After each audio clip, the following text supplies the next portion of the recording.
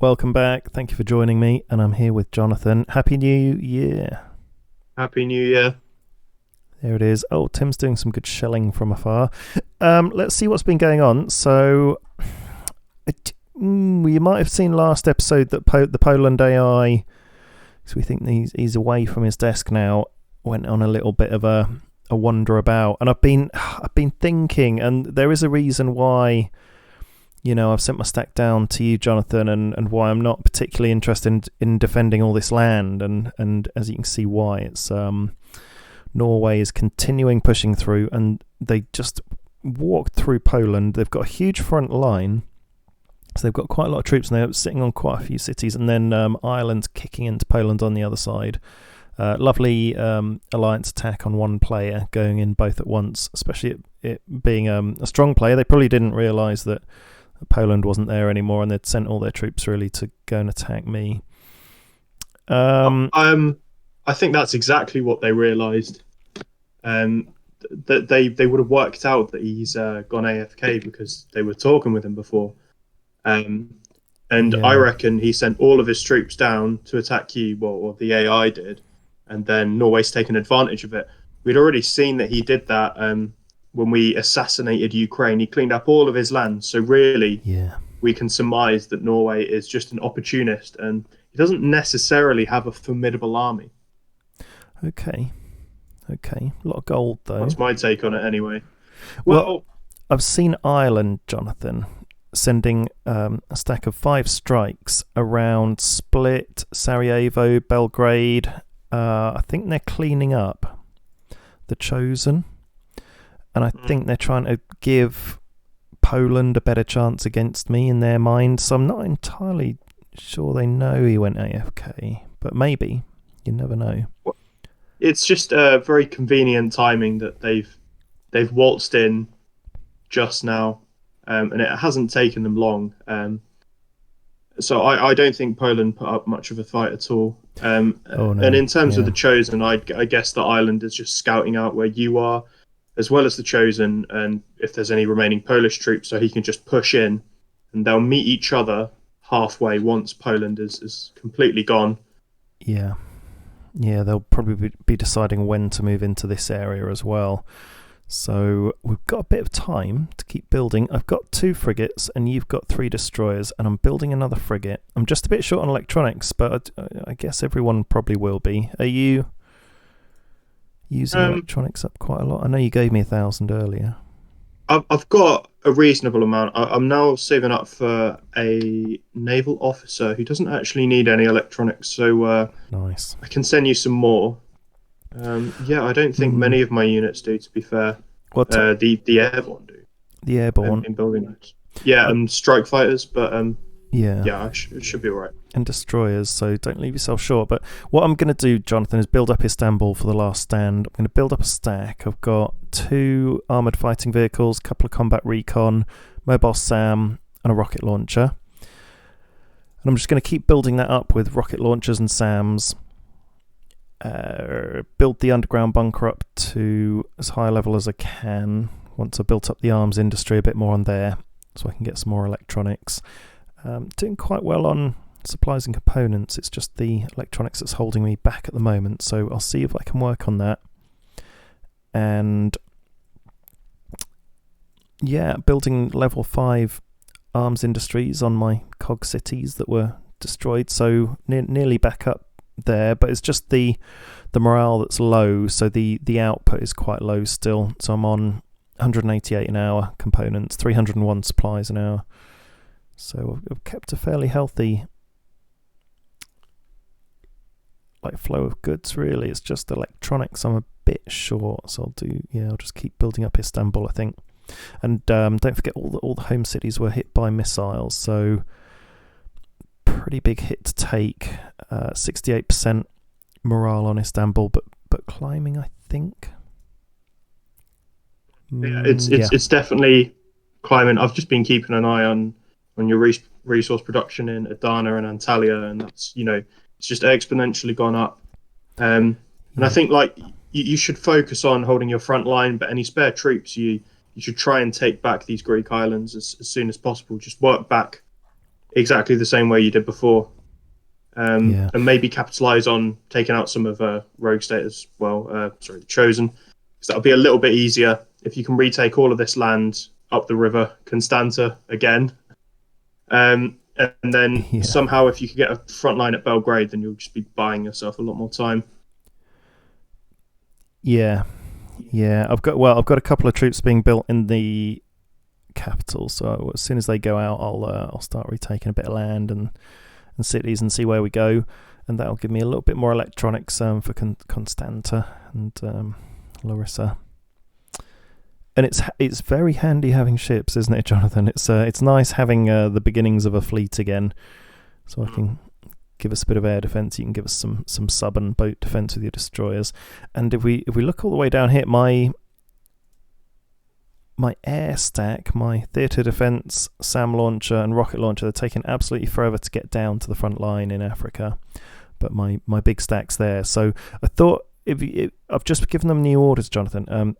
If I just bowl through the cities, do you think that's a good plan? Or yeah, absolutely. I haven't seen a lot of resistance down here. I've gradually been moving up my radar, and then just a few troops. And Madagascar was true to his word, and he's entirely pulled out of here. I'm presuming he thinks I'm going to stop as soon as I get back to where the front line originally was, but we're not. We're just going to push on and take Mataraka and Nampula again. It doesn't make as much of a difference because Mozambique never rebuilt his capital, and I'm currently making an incursion into Kisangani in the main body of his islands, just to try and get this victory site and to clean up the remnants of Cameroon's land. So that'll help with my morale. Nice. But yeah, having the theatre defence and anti-air, all the rest of your troops, it will fend off any troops that Madagascar might choose to send our way. But the question is, how can we get troops across to him to take his home cities? Yeah, I can see you shelling a naval radar contact there, actually. Do you know what it is? Yeah, this is it's Mozambique, and I believe it's maybe like a few destroyers. It's definitely not a cruiser because I'm sat at like the longest range, and they're not hitting me back. We did finish a big stack of his, which included a cruiser, but then after that, we've destroyed his level 4 harbour, which was producing cruisers. So okay. I reckon this is like the remnants of the ships he has. But we've got to remember that Madagascar still has a navy. Sorry, I've got some weird intelligence. While you're saying that, they must have tried hitting my home cities with intelligence, and I've got counter-ops on, and I've picked up a little bit. So Mozambique were building a frigate, strike fighter. But some really weird stuff. If I go back to yesterday and look at, I've got a load of intelligence on Madagascar. They've got 18,000 supplies, 16,000 components, 13,000 electronics, 13,000 rare materials. So it's very, very odd. They do seem like an active player, but not. And they're building... Oh no, that's Mozambique. So they're building National Guard and motorised infantry in Madagascar. So very strange. Right, They've got enormous volume of supplies, but they seem to be building two things or something. This is interesting. So their naval base is damaged in Betoika, this Madagascar. Or is it just being built? Maybe they're just building it up. It's damaged over the past few days. Like I've sent some sabotage over there, and so has Tim. It's annoying because it'll be really useful if we can see what each other are doing in terms of ops. Because you go on a city, you can only have 3 foreign agents on there at a time, but it's you can't see who else is on there. But yeah, we've stopped kind of attacking him with agents for now, just to keep him at bay. But he hasn't rebuilt his level 3 naval base, so he won't be making any more ships for now, because I believe he was just churning out destroyers. But he's definitely got a fleet of at least 5 sitting around somewhere, which would be something considerable to deal with. And I highly doubt we'd be able to Yeah. just walk in some troops. But Okay. to be fair, I could get the radar down to the coast and see what's sitting around. Yeah, it'd be worthwhile seeing. Okay, so we'll have pretty strong naval fleet if he's just been pumping those out. But wow, so many resources, and what a waste not spending them. I'd love to get my hands on them. If only you could just like loot them all, which you do. That would be pretty good, yeah. Because you do loot them when you take a city, but only tiny amounts. Yeah, okay, so Norway and Ireland are approaching. So it'll be a really interesting last stand battle anyway. That'll be really nice to see. And we're cracking away into Mozambique to get that sort of wrapped up for you. So you can focus on, and maybe a bit of me, focus on the Brazil and Argentina incursion there. And then Tim's got the front line with New Zealand over here. But there's still a bit of land to take. And Norway are coming down to bring their front line to Tim as well. And yeah, more worryingly and rather unfortunately, Norway are coming down into Turkmenistan, which we've not managed to take. And they'll have access right into our home cities off that coast. So we're pretty exposed. What are your thoughts on the geopolitical situation at the moment? I asked him where he wanted the radar, and he did say up at Turkmenistan's, and so he's thinking about it now. He's just had a tough time with all of these little countries that have gone on. So, question is, like, it's just going to be a race to take Turkmenistan, and kind of make a front line there, and that would be very tough. Like, if he's looking to invade your cities in Transcaucasia, you're opening yourself up to 2 fronts, which is what we've seen coming for a long time, and that is going to be very tough. In terms of your last stands down here in Greece, it doesn't necessarily need to be a last stand. We may be able to push back if we have a large enough fleet here. Norway and Ireland may not be able to push through. Like, we've still got some time, so it's definitely not a lost cause yet. It's too early to say what Brazil and Argentina are doing, but I've thought through kind of like a battle plan quite in depth. I'm just going to basically split my army into 3 to cover all of Africa and take advantage of the natural barriers that are here, which are these dead zones. Okay. Yeah, and just, I want to buy as much time for now before we go into a big war, just to finish taking Mozambique, because if I were to take over all its cities, that would catapult me into first place. Cool. Yeah, I'll give you a hand doing it. So we'll see what happens there. It's going to get very real, very interesting. We'll have some big battles going on, and we'll see what we can do. We'll see if we can win this thing. You never know. Never know what can happen in a game. So I can show you what I'm building actually. So I'm building a multiple rocket launcher, motorized infantry and frigate, and then level 5 arms industry, level 3 naval base. So, I've just started building the naval base. Does that mean...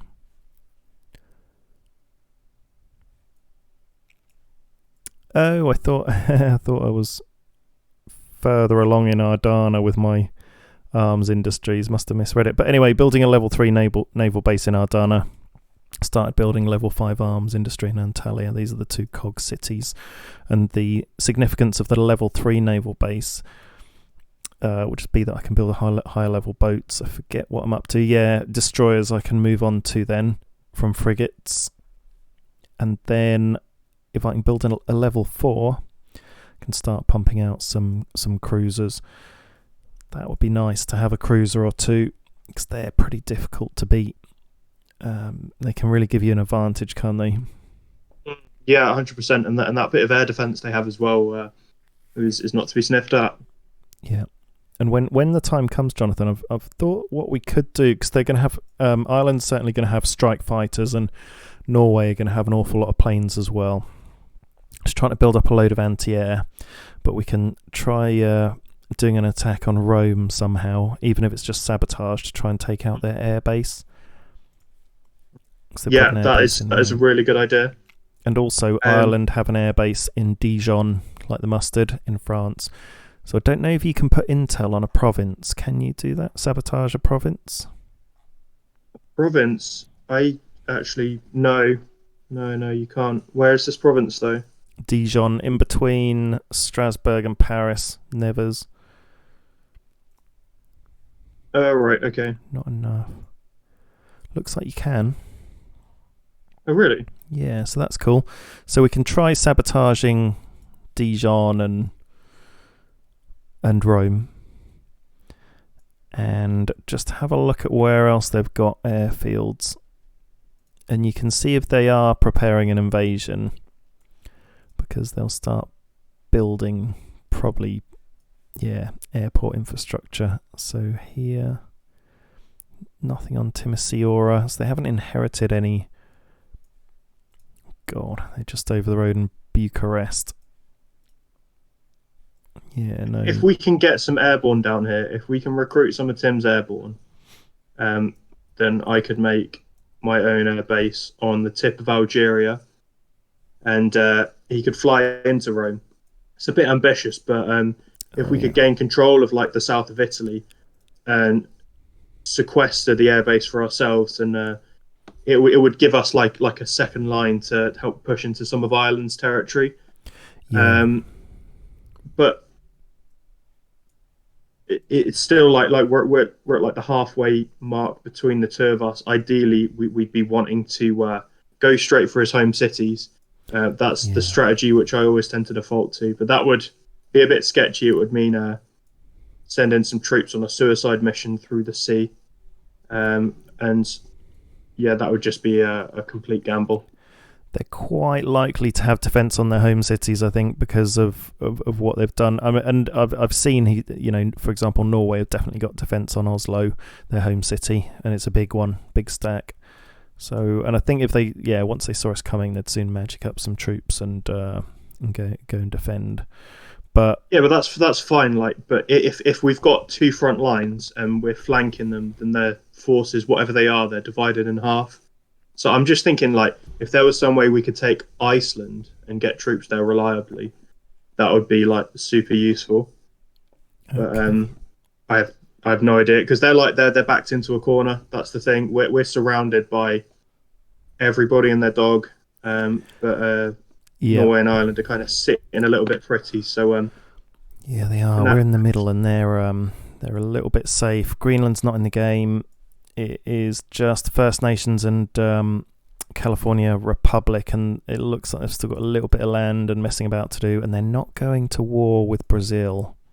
They're just all sort of sitting there and still expanding out into Africa. And then there's a little bit of expansion zone left for Norway and Ireland to get. So we've got a little tiny bit of time where we've just got to try and build everything we can, get every advantage we can before all the battles kick off. And I'd like more theatre defence and air defence in my home cities, because if they've got lots of fighters, they could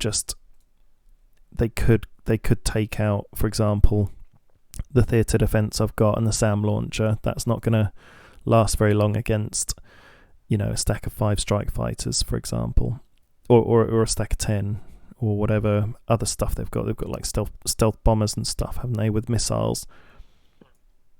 So I'd like another theatre defence, maybe either side here, to help with Istanbul, either side of that one, and then just more mobile anti-air SAM launchers.